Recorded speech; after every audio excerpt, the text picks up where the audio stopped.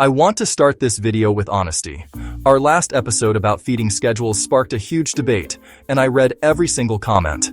Some people were angry, others were confused, and many wanted to know what I truly meant when I said, dogs don't understand schedules or calories. So today we're setting the record straight. Not with opinions, but with science.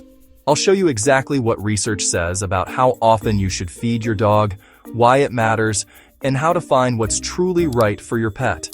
When I said dogs don't understand schedules, I didn't mean they shouldn't have structure.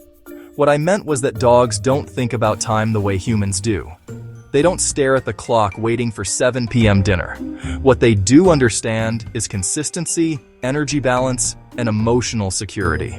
So, in this video, I'll break down the truth about feeding schedules. What's myth, what's fact, and what 90% of dog owners are still doing wrong without realizing it. Let's start with the big question. How many times a day should you feed your dog? Once, twice, 3 times? According to a large 2022 study published by the National Institute of Health, researchers analyzed over 24,000 dogs and found something surprising. Dogs that were fed once a day had slightly better scores in health and cognitive function compared to dogs fed twice or more. But before you change your routine, here's the catch. The study was observational, not experimental. That means we can't say once a day feeding causes better health, only that the dogs who ate once daily happened to show fewer health issues. The key takeaway is that the study sparked curiosity, not a new rule. Many veterinarians still recommend twice daily feeding because it helps regulate metabolism, prevents hypoglycemia in small breeds, and supports digestion in older dogs. The science is evolving, but the truth is that frequency depends on your dog's individual biology, lifestyle, and energy needs, not a one-size-fits-all formula. To make sense of feeding schedules, we need to understand how dogs digest food. Unlike humans, whose digestion typically takes 4 to 6 hours, a dog's digestion can take between 8 and 10 hours, depending on the meal composition. Protein and fat take longer to break down, while carbohydrates pass faster. That's why some dogs seem hungry long before their body actually needs more food. It's habit, not true hunger. Feeding too frequently can overload the digestive system, leading to bloating or weight gain. On the other hand, feeding too infrequently can cause low blood sugar, especially in small or active breeds. The digestive rhythm works best when meals are consistent and balanced in nutrients, allowing proper absorption without stressing the gut. Think of it like a rhythm your dog's body learns, not by the clock, but through routine and expectation. One of the biggest mistakes owners make is copying feeding advice without considering their dog's age, size, or breed. Puppies need more frequent meals, usually 3 to 4 times a day, because they burn calories fast and need constant energy for growth. Adult dogs, depending on their metabolism and activity level, usually do well on 1 or 2 meals per day. Large breeds benefit from divided meals because they are more prone to bloating, gastric dilatation volvulus, while smaller breeds often need smaller, more frequent meals to prevent drops in blood sugar. Senior dogs may require modified feeding schedules due to slower digestion and lower energy needs. There's no universal rule, just biological logic. Feeding schedules should be tailored, not copied, and that's where most misinformation starts online. Now let's talk about what I meant when I said, dogs don't understand schedules. In nature, dogs and their wild relatives like wolves didn't eat at the same time every day. Their feeding patterns were based on availability, not precision. However, domesticated dogs thrive on predictability, not because they understand time, but because predictability gives them emotional security.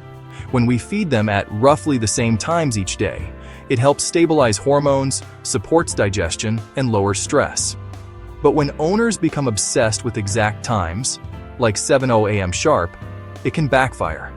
Dogs sense anxiety in your tone and routine, and that energy affects them far more than the clock does. What truly matters is consistency and calmness. If you feed your dog once a day, do it calmly at roughly the same time. If you feed twice, keep the pattern steady. Dogs feel safety in stability, not precision. After that viral study, some people rushed to switch to once-a-day feeding. But should everyone do that? Absolutely not. Most veterinarians, including myself, still find that feeding twice daily works best for the majority of dogs. It stabilizes energy, prevents overeating, and supports healthy digestion. For dogs that are highly active, small breed, or prone to anxiety, spreading food into 2 meals can prevent hunger stress and energy crashes. However, for overweight adult dogs with slower metabolism or those on calorie-controlled diets, once-a-day feeding can sometimes help with portion management and metabolic rest, but only under supervision. The mistake is when owners change routines abruptly without observing behavior or consulting their vet. Every dog's gut and emotional rhythm are unique. The best schedule is the one that keeps your dog balanced, energetic, and at a healthy weight, not what social media says is trending. Here's the truth most people miss. The biggest feeding mistake isn't how often you feed your dog. It's how much and what you feed. A perfect schedule means nothing if the food is nutritionally poor or portions are inconsistent. Many owners eyeball portions instead of measuring by calorie content, leading to gradual weight gain that goes unnoticed until health issues appear. Treats, too, are silent culprits. Those just one more bite moments add up fast. A single small treat for a Chihuahua could equal a cheeseburger for a human. The real key to longevity isn't frequency. It's nutritional quality, portion control, and consistency. Feeding time is also bonding time. It's not just about calories, it's about connection. Feeding with awareness and intention builds trust and emotional security far beyond what the clock ever could. Now that you understand the science and psychology behind feeding, let's make it practical. First, always measure food according to your dog's weight, activity level, and age. Not by the cup, but by calories. Most high-quality dog food brands list the calorie content on the packaging. Second, if you want to transition to a new feeding schedule, do it gradually over 7 to 10 days to avoid digestive upset. Third, maintain a feeding window, not a fixed time. For example, instead of 7 a.m. sharp, feed between 7 and 8 a.m. This prevents anxiety if you're ever late. Fourth, don't forget hydration. Many feeding problems are actually dehydration in disguise. Always keep fresh water available, especially for dogs on dry food diets. And finally, remember that the feeding routine you choose should fit your dog's body and your lifestyle, not internet trends. What works for a 2-year-old Labrador may not work for a 10-year-old pug. And that's perfectly fine. So, is feeding twice a day really wrong? The answer is no. It depends. There is no universal formula, only individual needs. The science shows interesting correlations, but your dog's well-being depends on balance, observation, and care. Feeding isn't just a biological act, it's emotional communication.